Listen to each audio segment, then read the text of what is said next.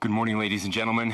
We got him. On the evening of September 11th, a family member of Tyler Robinson reached out to a family friend who contacted the Washington County Sheriff's Office with information that Robinson had confessed to them or implied that he had committed the incident. This information was relayed to the Utah County Sheriff's Office and scene investigators at Utah Valley University. This information was also conveyed to the FBI. Investigators reviewed additional video footage from UVU surveillance and identified Robinson arriving on UVU campus in a gray Dodge Challenger at approximately 8:29 a.m.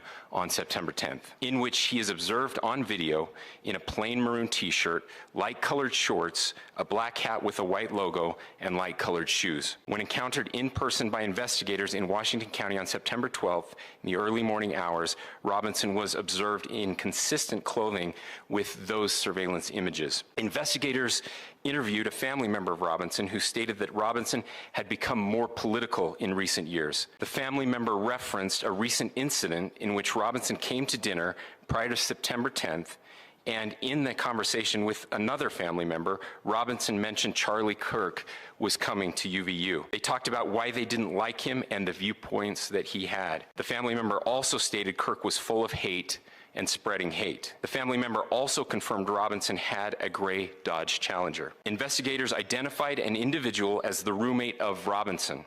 Investigators interviewed that roommate, who stated that his roommate, referring to Robinson, made a joke on Discord.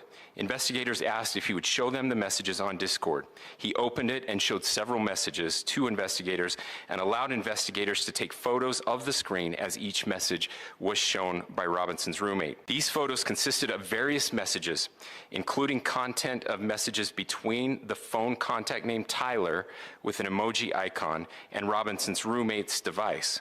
The content of these messages included messages affiliated with the contact Tyler, stating a need to retrieve a rifle from a drop point, leaving the rifle in a bush, messages related to visually watching the area where a rifle was left, and a message referring to having left the rifle wrapped in a towel. The messages also refer to engraving bullets and a mention of a scope and the rifle being unique. Messages from the contact Tyler also mentioned that he had changed outfits. I know there has been speculation as well as to the writing on those casings, those bullet casings, and I believe we have that as well, and I will share that with you now. So the area north of Campus Drive Road where the suspect crossed over, you saw some of that in the video that we released last night, consists of a grassy area with trees on the edge of the UVU campus.